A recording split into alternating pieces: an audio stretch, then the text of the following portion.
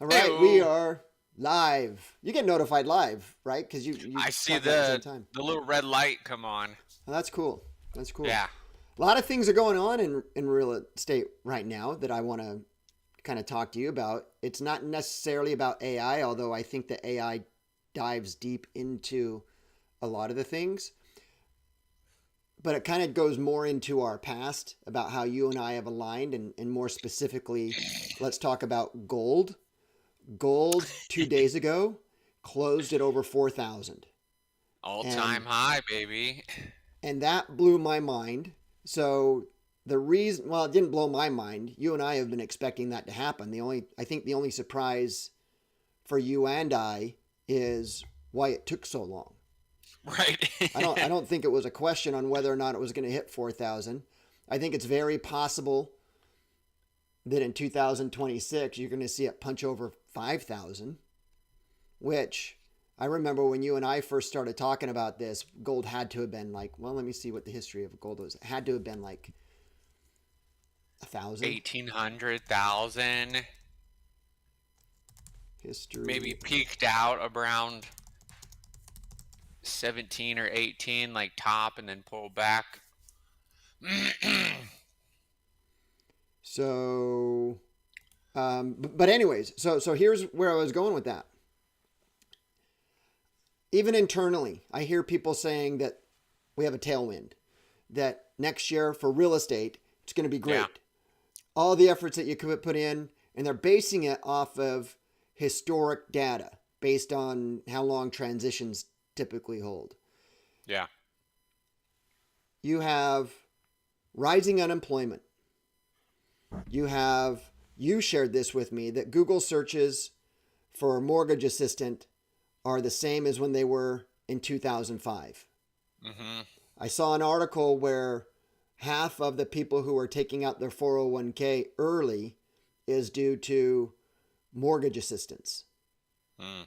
You have rising costs, you have tariffs, you have a slowing market. Like, I don't see where anybody sees sunshine and rainbows in that as far as it comes to the real estate market. In your market, in other big markets, even in California, not so much as Austin, Texas, but you're seeing a significant slowdown. You're starting to see home prices come down. The Feds reduced rates and interest rates went up because they were already baked in. So Right. I don't know, man. I don't see, and I'm not negative Nelly. I'm just Yeah. like I think that in fact you and I are proof is in the pudding that we've done better in a down cycle in a we did really well during the financial crisis and the years thereafter. So I'm not trying to be negative Yeah. Nelly as much as I'm looking at this, scratching my head. I'm like, what are you seeing that I'm not? I mean, it's probably more so of just like that eternal optimism of just, I mean, I remember going into 2025 where, the Q4 of 24, everybody was like, all right, market's going to turn. Here we go. Like things are going to pick up.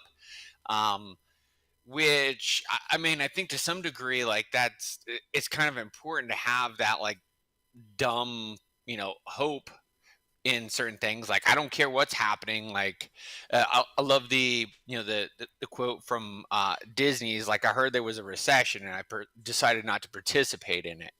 Um, so it's like probably some more so to do with just the optimism and hope that things are going to be good, and data's data.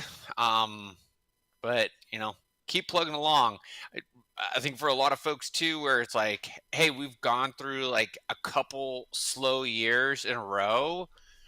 That should be enough to kind of like things should be starting to turn around. So they're, choosing some data to look at that, supports what their theories are. I agree with Disney on that quote, and I like that quote as well. Is I heard there's a recession, I choose not to participate in it. But that doesn't mean that he was whistling past the graveyard. That doesn't Yeah. mean that he's the saying that ignorance is bliss. only works when you don't have a mortgage, you don't have a family, you don't have responsibilities, and so on and so Right. forth. And I choose not to participate in it. You choose not to participate in it, but that doesn't necessarily mean that we're going to keep the same game plan as Right. when there wasn't one. Our game plan, I go out and I speak with agents. One of the things that often comes up is that around COVID years, there were 7 million houses that sold in the US. The forecast, NAR's forecast going into 2025, it was like 4.5. I can't remember the exact number, but it was like 4.5, could be a little bit higher. Now we're trending that it's going to be closing more like 4 million. Like that's pretty off. That's a Yeah. big number off. Even when you look at 7 million and 4 million, that's like 33% of all sales. Yeah. Now, a lot of real estate agents are going to complain about the 3 million that aren't selling, which is nearly, that's more than a third. That's nearly, that's a Yeah. lot. And not focus on the 4 million that are selling. Right. And that comes into lead generation. You're going to have to generate more leads to get a sold house because of the changing environments. So I think that we used to say for any real estate agent that's been in the business less than 10 years that things are going to be, you've never really experienced a changing market. But really, that's more like, I don't know, 2012 is probably, I mean, maybe you got a glimpse of it during COVID, but COVID was so opposite of what it could have been. If the Yeah. government didn't come in with stimulus, then yeah, COVID would have been, I don't know. Actually, COVID may not have done anything. If everyone just continued to go to work, people got sick, stayed home, maybe, and they didn't flood the market with stimulus, we wouldn't have 4,000 gold. Yeah. That no. That's So who so knows what so that would be? so true. Yeah, today Right. the gold performance, US dollars, $4,014 right now is where gold's at. That's at goldprice.org is what I'm looking at. Whoop whoop. It's up like 58% this year. That's pretty remarkable. I know. Yeah. That's a very nice performing asset class. Yeah, who would have thought? It's My up the 10-year low. So the 10-year low, 2015, was 1,050. It's up 240%. nice. I wonder how that compares to the S&P and to the Nasdaq. And I mean, I'm sure there's something. I'll look at that at another time. My gold and silver is not like it's something that I don't even think about. It's not, just hold on to it and it is what it is. Well, look, you've doubled. I mean, if you I bought a bunch of gold at 1,800 Yeah. I think I was ounce. in around that Yeah, ounces. price point. And yeah, that was about the same time. I think did that around the same time. Yeah, I And now it's at 4,000. I really mean, dug into it then. really I went heavy lately, on silver there too, and it was mostly just because it was like the applicable like use case and supply where I was just completely convinced. I was like, silver is going to crush just because it's used in so much industry across the board, and the disparity of like where it was traditionally at with gold, was it seemed like at the time just a total no brainer to me, and it's still like on paper, tracks. Um, what's funny is logical. that you just said you went heavy on silver. So I know there was no pun intended, but yeah, you indeed, if you bought silver, you went heavy. Heavy. Yes. It is not the Well, right now, the current ratio, so the gold silver ratio chart, do you remember what was when you were a broker, what you were? man, I It want to was say it like was like 50, it was a 50 to 1 is 20. what you wanted? Is that what you wanted? I want to say there was times where it was like 20s, in the 20s even. maybe that was like a historical thing, and it gotten the gap grew, and I was looking Well, the for it to gap come now is back in 70 to 1. alignment. So there's still a lot of. It's increasing. Now, that the higher the number means that the higher the opportunity, right? Yeah. In my mind, yes. Like Yeah. it was like traditionally it was like in the 20s. And then I think when I was starting to go heavy into it, it was that gap was widening. So it's like, all right, well, it's going to come back into parity with gold and continue to like perform. But yeah, apparently it's gone the other way, which Yeah. is what it Yeah. is. Yeah. Um, I'm on chapter 4. I just finished writing chapter 4 of my 10 chapter book. Beautiful. So that's really happening. In fact, I have the cover design. Let me see if I can pull that up and share that with you. Using all your frameworks and Using all my frameworks, I've here how AI has really assisted me on this. This book is 100% me. This book is pulling all of the knowledge I have in my head, but ChatGPT is interviewing me, asking me yeah. questions, helping me frame the chapters. So what I've done just in the last 2 weeks, I'm halfway done on my book. And I It's think it's going awesome. to be. So I'm going to ask you to read it when, Yeah. that initial copy, just to maybe put a testimonial in there and uh, on it. But let me go, and I'm trying to find where things are at. But here's the thing. I just got back from Arkansas. Nice. One quote on Arkansas. I've been to Kansas. Okay. And when you look at the way that Arkansas is spelled, it's Arkansas. It's not Kansas. So I haven't looked this up. I haven't gone down the rabbit hole like I would typically go down. But it seems to me if you have Kansas and Arkansas, and the only difference is the AR, that it should either be Kansas or Arkansas. Yeah, there's probably got to be some sort of like internal tiff on that where it's just like, You're probably right. no, we're different. We are not. You're probably right. All right, let me see if I can. Where we at in Arkansas? It started off in Little Rock. Okay. Okay, so that's not my right screen. That should be showing. Let me see if I can fix this. Here, I'm going to pull that I was down. looking at not long ago, just some properties in the Hot Springs area. Seemed to be just like a good little vibe, something drivable from where I'm at, but mostly just for investment purposes. Did you buy anything? No, I didn't. I mean, it was just I just had uh, some diligence, for the market, and I just kind of got a good vibe for it, and I was like, I think this. So it's still on my radar, but All right, there we I go. kind of oh, look at that. So the tactical real estate agent, the proven system for predictable income and market domination without cold calls, door knocking, or dead end ads. Yep, Then I got the little beautiful. thing, and then that's the other thing. I created a GPT to model Dan Kennedy.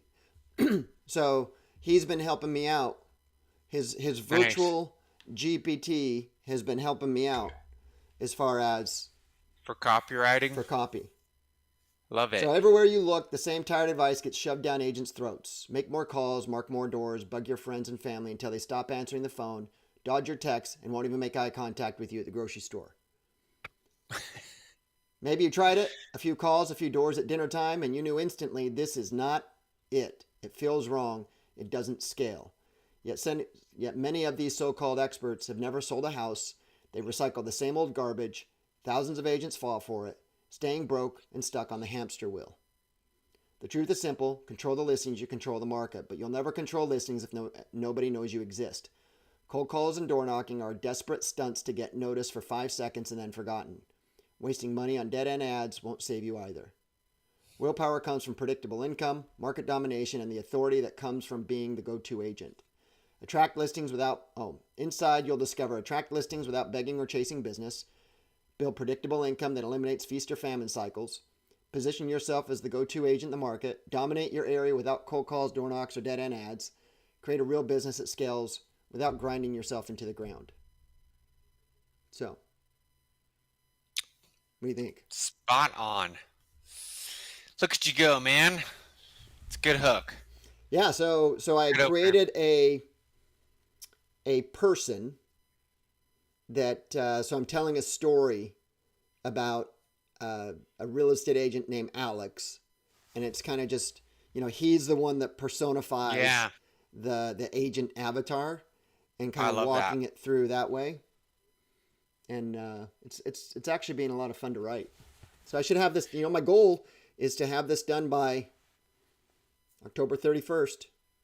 I got 20 more days, 21 more days. TikTok. For your character framework, was that did you build off of that from our conversation about the book I mentioned, The Goal? Because I know we were talking about some books, and it was like I brought up the Goal, where it's like a business strategy book, but it's written through the framework of a story and character and You know, stuff. probably I don't. I when I came up with the idea, I Hmm. didn't think of it specifically, but now that you said that, it could be, you know, that Leonardo DiCaprio movie where you just Right. plant the idea. That's Yeah. probably where the idea came from, because what It was happened is there, and then you're when like, I started writing it, it sounded a lot like a military field manual. yeah, And I'm like, this is just not gonna. this isn't gonna work. This is So not it. This is not it. yeah, Cool, and quite man. honestly, ChatGPT has been tremendously helpful. I love that. I mean, it's business books are great. I love them. The self help, all that good stuff. But um, I think the incorporating the story into it could be a total game changer there. So that's awesome. Yeah. Good for you, man. So I don't know what I'm gonna do with this afterwards. I think I'm gonna push this to a 7 day challenge to really focus on, you know, helping people just get out of the gate, and then just build my list. That's the intent. This may turn into a free plus shipping Yeah. lead magnet. Digital download or free. You Both. the framework's there. I mean, the free plus shipping still works. It's still effective. I Obviously mean, for you, Hormozy did it at a very yeah, big level. yeah. Did that I come mean, with a it's digital download? uh, yeah. So I mean, that one had a GPT, had a bunch of downloads, had a community. It was in into continuity, and yeah. Is he The still running it? the He's still running that, isn't he? No, well, I'm sure you can go buy the books, but the his launch stuff expired. He did a um really dedicated urgency on it, where it was like, I want to say it was a total of like 72 hours, where all the bonuses and bells and whistles and stuff went away. Um, it and this is probably, he had, I think there was like two or three upsells from the initial like buy the book, all the way up to, I think the top one was like close to like 30 grand, no sales call, and the and a huge take rate on it. Wow. Like, that's gangster. Like a 30K price point with no sales call. It's just click, You know click, that, click, click, click. and Add that's the 30K to my. cart. That's the, oh, you bought it? No, I Oh, didn't. I that's the interesting thing when you start talking about the modern consumer. So I was delivering, the essence of what I was delivering in Arkansas was my hmm magnetic agent, which is what the foundation of this book is about. yeah. And it talks about cold calling. And when you start thinking about when cold calling was very effective, we had the only reason why it was effective was out of curiosity. Your phone rang. You had no idea who it was. You answered it. Your Right. doorbell rang. You had no idea who it was. You answered it. You now have, well, the first nail in the coffin for cold calling was caller ID. Now, everyone has their supercomputer in their pocket and it has Yeah. every single phone number that could possibly call you or you could call. So any identified number that comes in, it's not random. And if they're calling a landline and you still haven't, look, someone who still has a landline, it's not my ideal client. A. B is typically it's not the person who's cold calling's ideal client either. That's so C, funny. people probably have it just because it's still part of their cable bundle and they don't use it. They probably even forgot Right. the phone number. Like, oh no, you get that with your TV.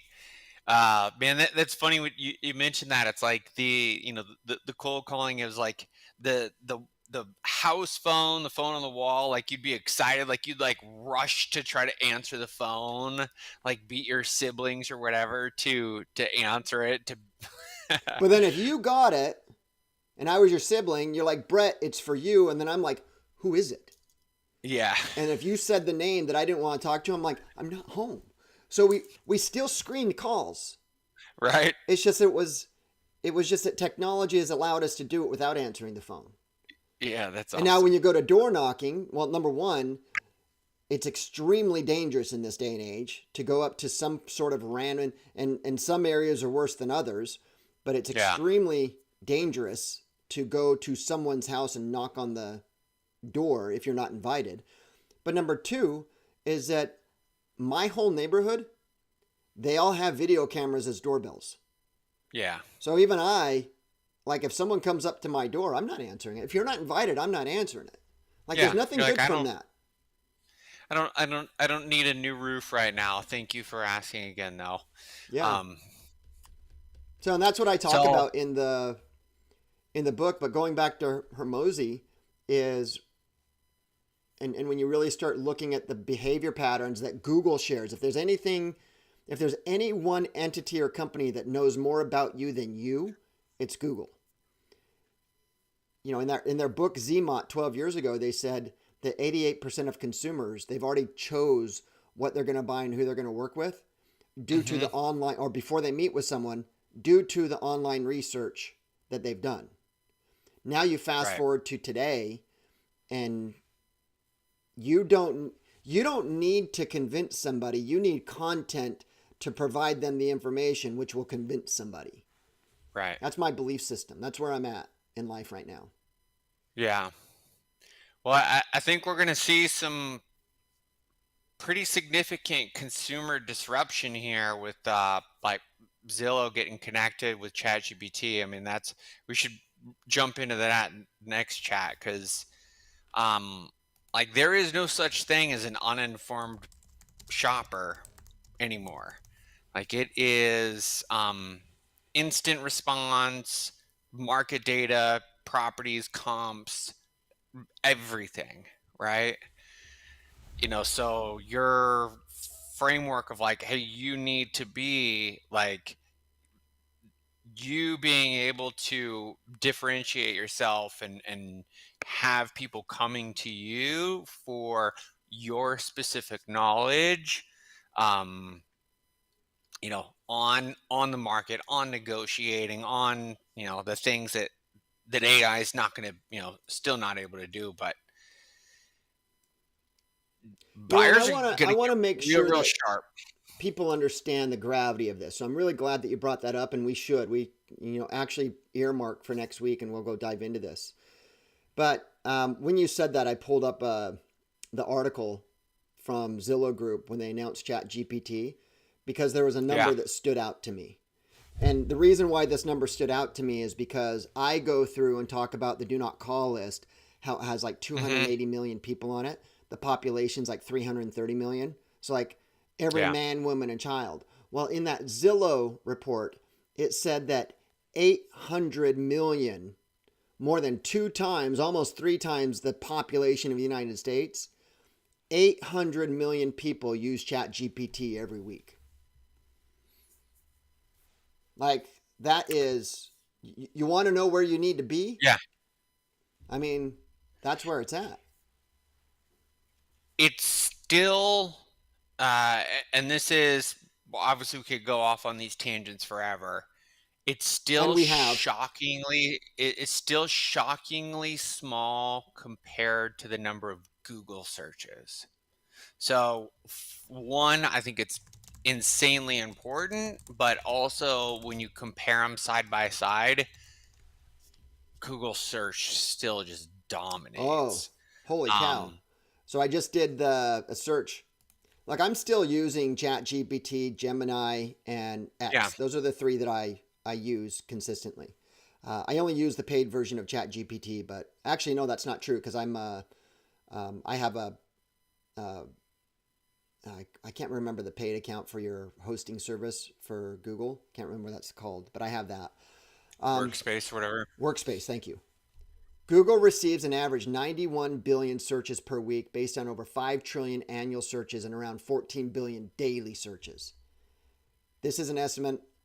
This is an estimated number as the exact day volume fluctuates, but it highlights the massive scale of Google's search operation. I appreciate you bringing this up. I'm going to Tulsa, Oklahoma next week to deliver on that. Zillow's going into it. The 800 million are going into it. The 91 billion are going into it. Because if there's anything that says, if you're not online, you're invisible. Yeah. Oh, I came up with this thing in the book that says that consumers are already making a decision. And if you're not online, you're not invited. Yep. Oh, I You're love invisible. that. You're invisible. I can't tell you how many times I repeat that there's if somebody doesn't know who you are, there's 100% chance they're never gonna do business with you. And it's just freaking so poetic. It's Like true, man. There's you a 100% probability is what I say. Yeah. I like that. All right. Well, look, we're at time. I'm Beautiful. going to earmark that we're going to talk more about the Chat GPT and Zillow next week. Yeah. We'll go dive on that. Any parting words? Let's get it, my All man. right. Love it. See you next week. Rock and roll. Bye.